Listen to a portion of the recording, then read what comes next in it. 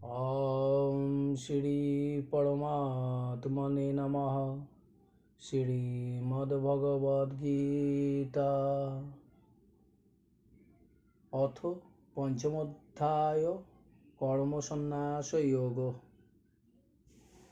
শ্লোক নম্বর 8 এবং 9। নৈব কিঞ্চিৎ করমিতি যুক্তো মনেতো তত্ত্ববিৎ পশ্যয়ন শৃণন স্পৃশন জিঘ্রন্নশন গচ্ছন স্বপন শোষণ প্রলোপন বিসৃজন গেন্নুন্নিশনিমিষন্নপি ইন্দ্রিয়ার্থেষু বর্তন্তে ইতি ধারয়ন। অর্থ: তত্ত্ববিদ সাংখ্যযোগীগণ দর্শন, শ্রবণ, স্পর্শন, ঘ্রাণ, গ্রহণ, ভোজন, গমন, স্বপ্ন দর্শন, শ্বাসগ্রহণ, কথন, ত্যাগ, উন্মেষ ও নিষেধ প্রভৃতি কর্মগুলি করেও মনে করেন নিজে কিছুই করেন না। ইন্দ্রিয়গুলি নিজ নিজ বিষয়ে প্রবর্তিত হয়ে কর্মগুলি সম্পাদন করছে। ভাবার্থ: যিনি কোনো ক্রিয়াতে নিজেকে কর্তা ভাবেন না তিনি তত্ত্ববিদ। তিনি মানেন যে স্বরূপে কর্তৃত্ব ভাব নেই। অহং কর্তৃত্ববোধ সর্বতভাবে দূর হলে স্বরূপে অনুভব আসে। এই অনুভব হেতু তিনি তত্ত্ববিদ রূপে বিবেচিত হন। শরীর আদি ক্রিয়াগুলিতে তত্ত্ববিদ কোনো সম্পর্ক রাখেন না, তাই তার কর্তৃত্বও থাকে না। প্রকৃতি ও পুরুষের বিভাগ যিনি ঠিকমতো জানেন তিনি তত্ত্ববিদ। বিবেক ও বিচার দ্বারা যিনি নিজেকে অহং হতে পৃথক রূপে জানেন, যিনি নিত্য চিন্ময় তত্ত্বে স্থিত থাকেন তিনি তত্ত্ববিদ। ওই যোগী জানেন সকল ক্রিয়া প্রকৃতির দ্বারা প্রকৃতিতেই সংগঠিত হচ্ছে। ইন্দ্রিয়গুলি তাদের নিজ নিজ বিষয়ে ক্রিয়াশীল রয়েছে। আমি কিছুই করছি না। ক্রিয়াগুলির সাথে আমার কোনো সম্পর্ক নেই, কোনো কর্তৃত্বও নেই। তত্ত্ববিদ জানেন জীবাত্মা পরমাত্মারই অংশ, পরমাত্মা নিষ্ক্রিয়, অতএব জীবাত্মাও নিষ্ক্রিয়। প্রকৃতি, কার্য ও শরীর ইন্দ্রিয়াদি হতে তিনি সর্বদাই ভিন্নতা অনুভব করেন।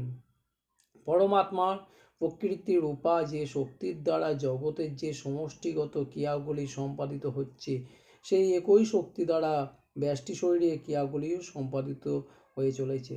গুণ ও ক্রিয়া সবই প্রকৃতি। প্রকৃতির ঊর্ধ্বে যে পরমাত্ম তত্ত্ব তা নির্বিকার, সকলের আশ্রয়, আধার এবং প্রকাশক। সকলের প্রকাশক হয়েও তা সকলের মধ্যেই বিরাজমান। তাই তার দ্বারা পরমাত্মা বা জীবাত্মার দ্বারা কোনো ক্রিয়া হওয়া সম্ভব নয়। ইন্দ্রিয় তাদের বিষয়গুলিকে গুণ বলে। গুণস্বরূপ ইন্দ্রিয়ের কার্যগুলি গুণেতেই আবর্তিত হচ্ছে, অর্থাৎ গুণই কর্তা, অপর কেউ নয়। ক্রিয়া মানে হলো পরিবর্তন। প্রকৃতি সর্বদাই ক্রিয়াশীল, তাই সর্বদাই পরিবর্তনশীল। পরমাত্মা ক্রিয়াহীন, তাই তিনি পরিবর্তনহীন।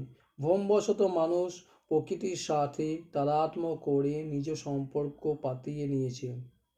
সে নিজেকে প্রকৃতির বলে মেনে নিয়েছে, ফলে সে নিজেকে কর্তা জ্ঞান করে ও সুখ দুঃখ ভোগ করে। বাস্তবে পরমাত্মার অংশী জীবাত্মার কর্তৃত্ব বা ভোক্তৃত্ব কিছুই নেই। জীবাত্মা নিষ্ক্রিয় এবং নির্লিপ্ত, কাজেই তিনি কিছুই ভোগ করেন না। তিনি ওই সুখ দুঃখগুলিকে দর্শন করেন এবং প্রকাশ করেন মাত্র।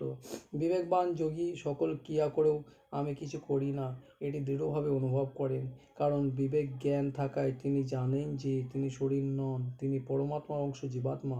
ক্রিয়াগুলি হয় শরীর দ্বারা, জীবাত্মার দ্বারা নয়। দেখা, শোনা, ঘ্রাণ নেওয়া, স্পর্শ করা ও খাওয়া, এগুলি চোখ, কান, নাক, ত্বক ও জিহ্বা এই পাঁচটি জ্ঞানেন্দ্রিয়ের কাজ। চলা, গ্রহণ করা, বলা, মলমূত্র ত্যাগ প্রভৃতি হয় পা, হাত, বাক ও প্রস্থ পায়ু এই পাঁচটি কর্মেন্দ্রিয়ের দ্বারা। নিদ্রা যাওয়া হলো অন্তরের কাজ। শ্বাস গ্রহণে প্রাণের কাজ। চোখ খোলা ও বন্ধ করা কর্ম নামক উপপ্রাণের কাজ। অর্থাৎ ওই 13টি ক্রিয়াই প্রকৃতির দ্বারা শরীর, ইন্দ্রিয়, মন, বুদ্ধির সাহায্যে জ্ঞানেন্দ্রিয়, কর্মেন্দ্রিয়, অন্তঃকরণ, প্রাণ এবং উপপ্রাণের মাধ্যমে সংগঠিত হচ্ছে। স্বস্বরূপ বা পুরুষ কোনো কর্মই করেন না। কর্তৃত্ব অভিমান শূন্য যুক্ত যোগী অনুভব করেন যে তিনি স্বয়ং কিছুই করেন না। ইন্দ্রিয়গুলি নিজ নিজ কর্মে নিজেরাই যুক্ত হয়ে রয়েছে। প্রিয় অন্তঃসৎ।